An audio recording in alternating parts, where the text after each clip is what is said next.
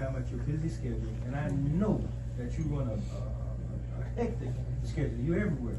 And you never cease to amaze me, your level of energy and all the places you are almost at the same time. I want to call you Jesus, but that might mess up. So. Well, thank you, Brother Henry.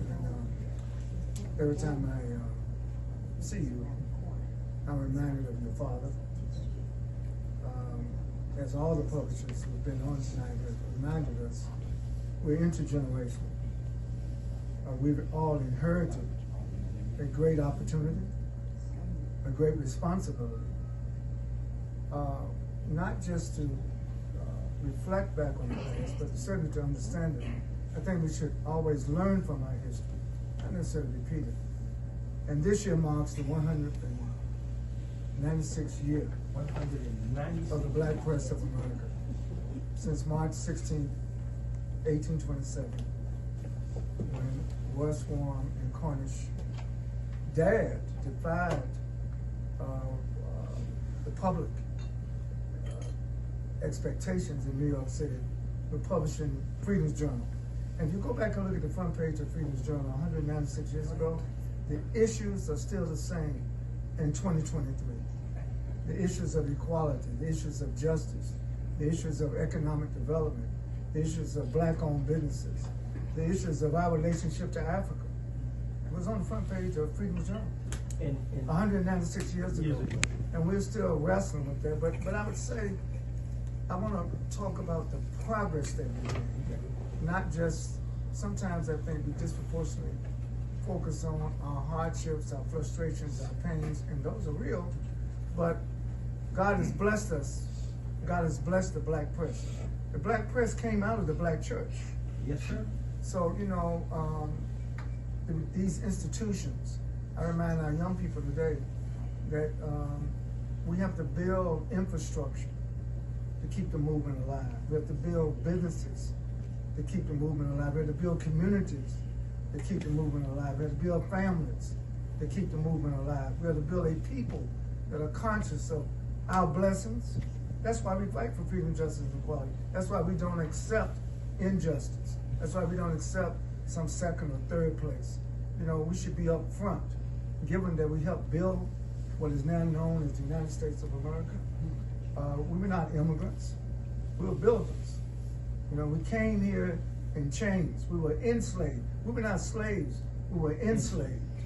And out of that enslavement, and I know you're the host, but no, Doc, so I'm gonna be quiet. No, I get. Because I wanna we get caught up. you. We get caught up in the historical part of what we do, and when we have an opportunity to touch history, to put our hands on history, we don't want to take them off. I understand. You know, so when you engage us in conversation, you're engaging from the point of knowing, you know, being a part of it. Well, let me share what I did today on behalf of the Black press. I went to AARP. They have a big building here in Washington, D.C., led by a Black woman, president and CEO. And I had an opportunity to interview the Reverend Dr. Bernice King. Okay. Dr. King's youngest daughter was a minister. She's running the King Center.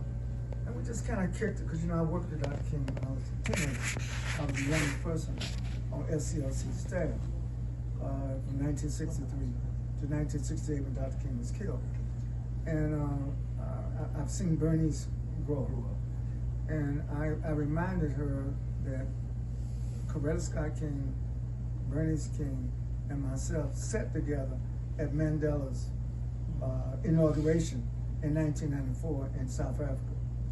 And as we sat there watching all these people come from around the world to Mandela's inauguration, I reminded her that something then Mandela, when he became president, Mandela said to me when I invited him to the NAACP in 1993. This is a year before he became president. He said, because you know he spent 27 years unjustly in prison. When I think of the years I spent, that's dwarfs, you know, the 6 years I spent as a Wilmington 10 political prison. He spent 27 years. But the point I'm bringing this up, Mandela said to me that his release from prison and his running to be the first African president of South Africa in a post-apartheid situation reminded him of Martin Luther King's dream. Mm. So, and then most of us think about Dr. King's dream as something domestic, but it was actually global. You know, and when I think about the black press, I'm not just thinking about what has happened to us for 196 years inside the United States of America. The black press during World War I sent journalists to work to Europe to cover World War I. The black press sent journalists to cover World War II. The black press sent journalists to all the Olympics. The black press sent journalists outside of the United States as well as in the United States to cover the African liberation movements. And so, in a sense, as we affirm our presence, our mission today, I want us to not limit ourselves just to what is happening domestically. And that is why tomorrow, at the State of the Black Press luncheon, sponsored by the National